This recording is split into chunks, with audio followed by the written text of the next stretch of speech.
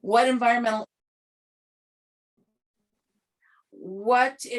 impacts from the dated golf course will be mitigated with a more environmentally designed golf course in the CIR? Is the environmental analysis of the newly designed golf course illustrated in the brochure going to be the benchmark for the environmental evaluation of any other designs that may be submitted for consideration as the reconfiguration of the golf course moves forward according to the contract / bidding processes outlined in the California Public Resource Code? Regarding the river restoration project, what adaptive measures will be evaluated in the EIR in response to the impacts of climate change?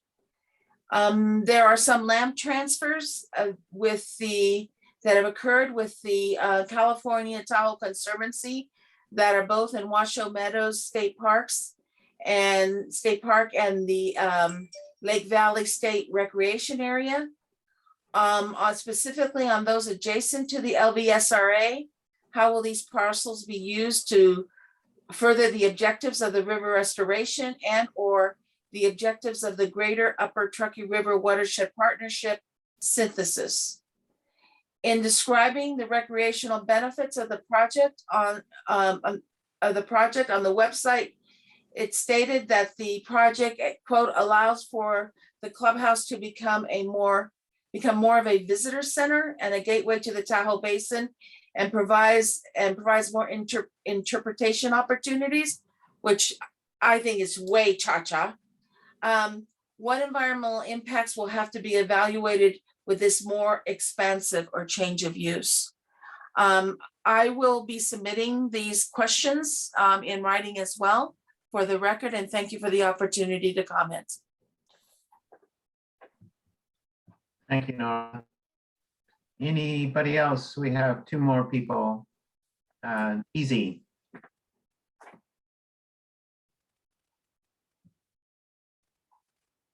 And can I just say something back to Norma? Norma, just as far as the golf course goes, we did discuss that it would have more efficient irrigation, let more drought resistant species, less water requiring species, a bigger buffer. So those are some of the things that will be benefits by reconfiguring the golf course.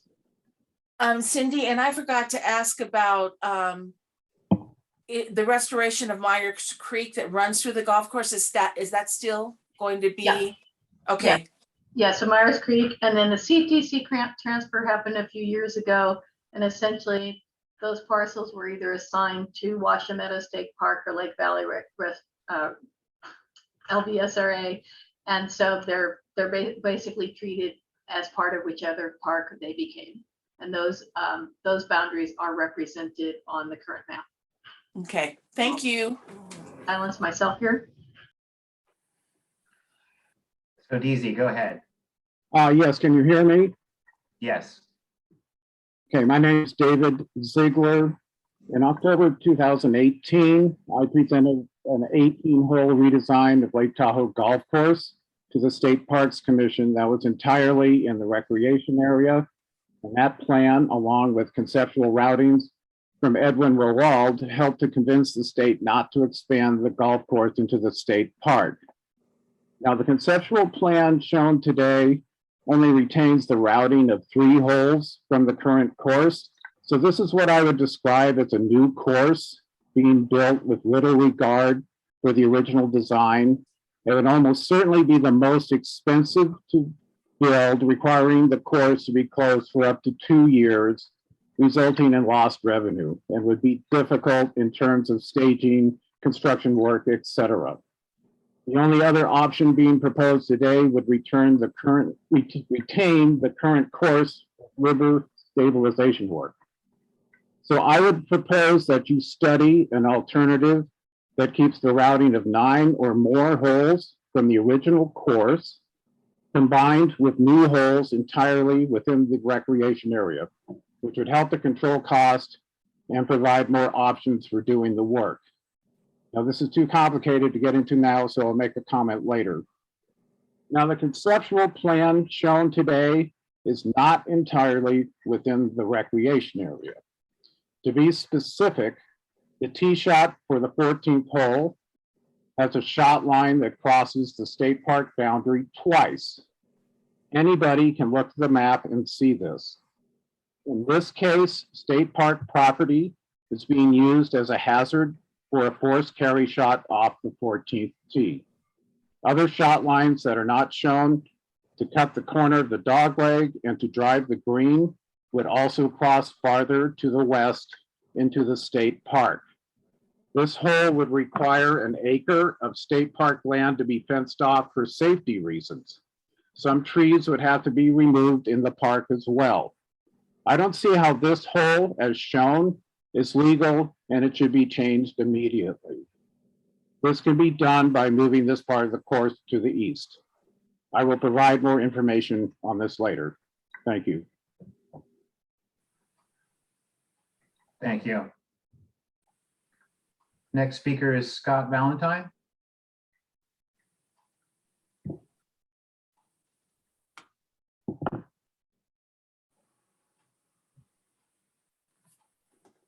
Hi, thanks. As a formerly trained hydrologist, I really appreciate some of the creative solutions that people have come up with to resolve some of these project issues, and I'm glad to see it sort of rising from the ashes, if you will. But my comment here, however, is mainly about recreational access. You mentioned in the document you provide online in section 2.2.3, trail and recreation, there's no real specific call out for fishing and boating. These two activities can create bank stability issues at common access points. It also seems as though significant in-river hazards could be created for fishing and swimming and boating participants if, depending on what type of grade control structures or bank stability structures are put in place.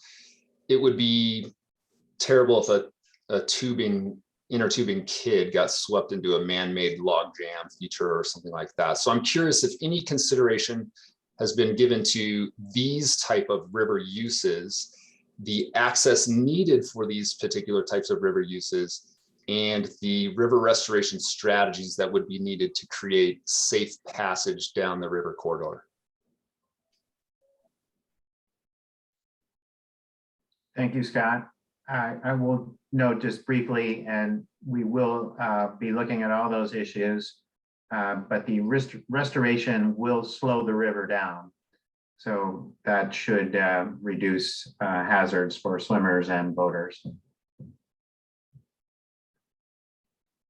Next speaker is Kevin Sommerfeld.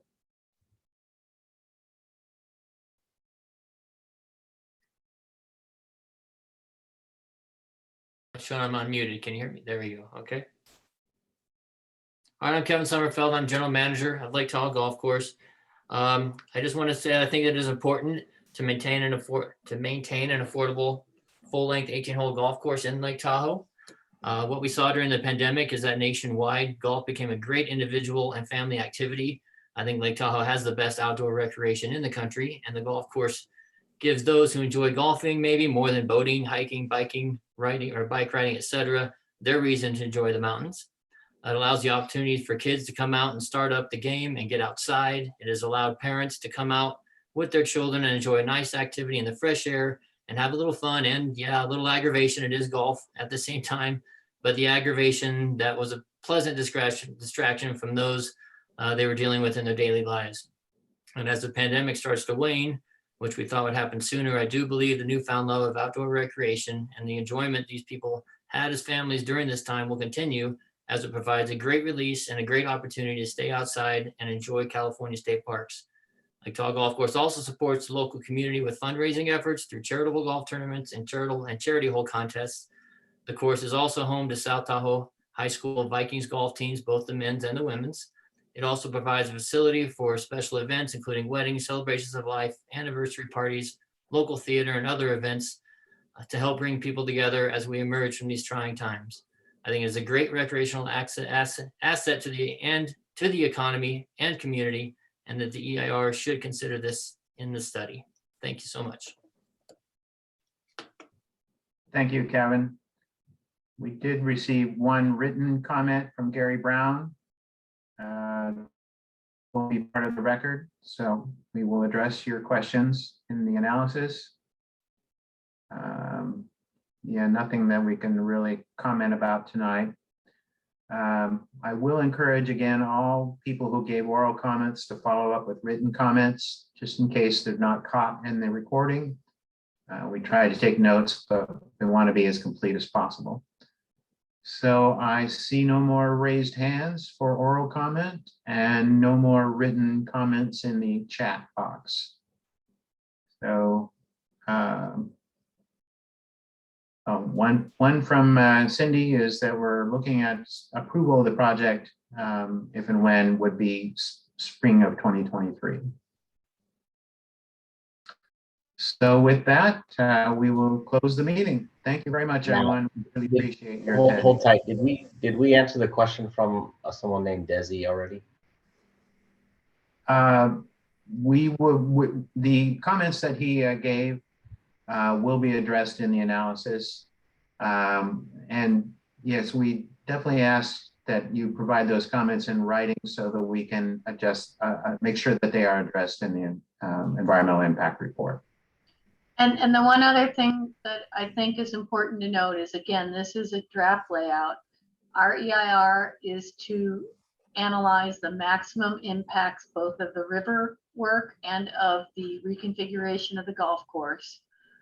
The direction is that the golf course has to fit within the LVSRA, within that pink footprint. It cannot increase in size where they're either in turf or in footprint, but the actual layout of the holes can change within that footprint. And that will be decided in the future. So I think there's a lot of attachment for people to exactly how holes are laid out or looking at the map, but it's to give an idea for analysis during the EIR, EIS process of the potential impacts. So the exact layout can change, and the river will be modeled during our design phase.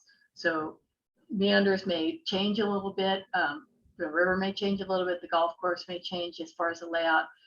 This is to give us information to be able to do the environmental analysis. This is Chris. I unmuted Desi. I think he might wanted to say something else. So I wanted to give him the opportunity. Well, I'll just say that if I don't see the point of studying something that's not legal. And again, even if one hole doesn't work on a layout, then that can affect the entire layout. So that's why it's very important not to make these kinds of mistakes, even at this stage. And if I can answer that, this is Chris. I've been helping moderate. Understanding, I'm a golfer, so I get it. But I think something to keep in mind is just what Cindy was saying. From our perspective, we're looking at the impacts of implementing the project. And as she indicated, we have a footprint for the golf course that we're going to analyze what happens if you disturb that area. The alignment itself obviously could be adjusted within that footprint.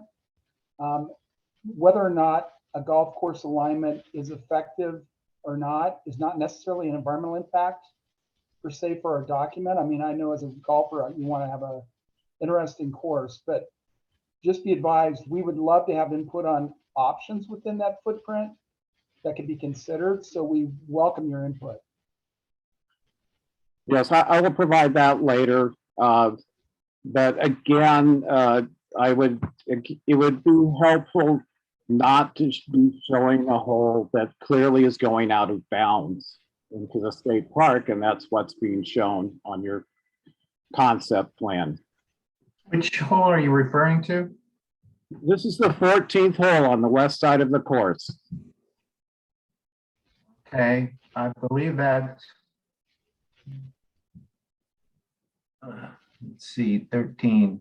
No, on the conceptual, on the new plan. On the lower, it's on the lower one, Matt. Yeah, I'll go up to the larger drawing. right there.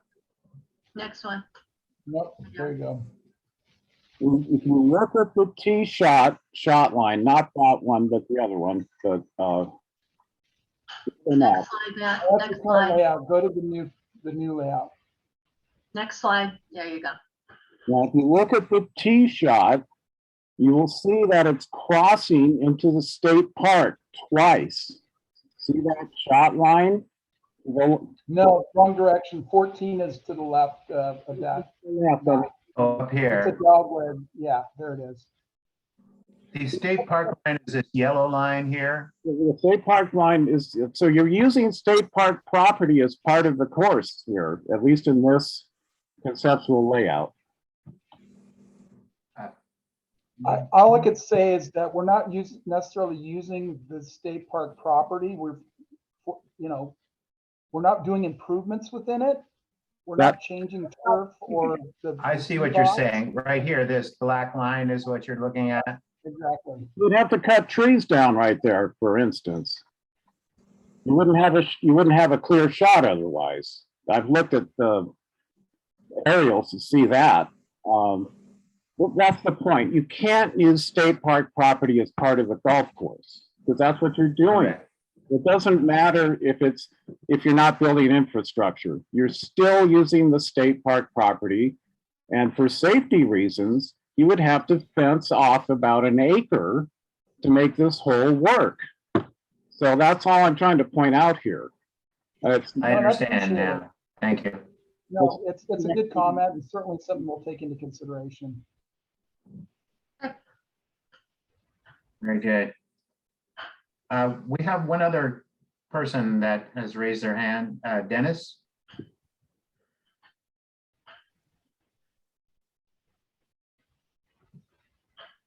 Yes, my name's Holly anyways.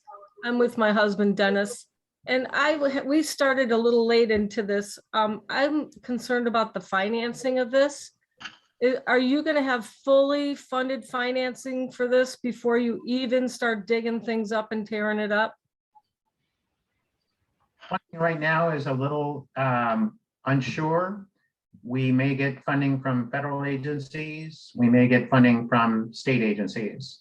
But my question is, are you not gonna start this project and tear things up before you have all the money sitting there? And how much do you think this thing is gonna cost?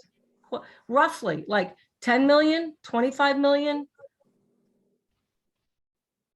Yeah, I'm not- We will be submitting grants for the river restoration, and we'll be looking for how we're going to finance the golf course. Both have to move together, and both have to be financed for us to be able to move forward. Okay, so you won't tear up the place until you have all the money organized, ready to go. No, Wait, is that a yes? I mean, you will not start the project without all the money. the funding has to be organized for both the river and the golf course for us to be able to move forward. Great, that's the answer I wanted. Thank you. Thank you. Thank you. See, there's another chat comment from Drum. Very good. All right, any other commenters, oral or written? With that, I think we can close the meeting. Thanks again, everybody, for participating. We very much appreciate it.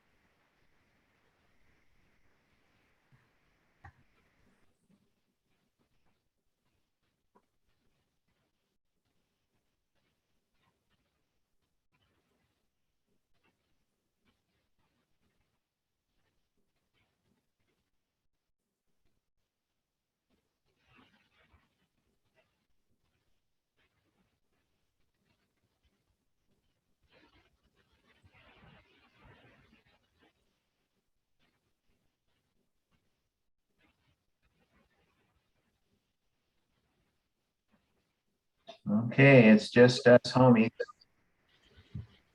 Did you guys stop recording? Yeah,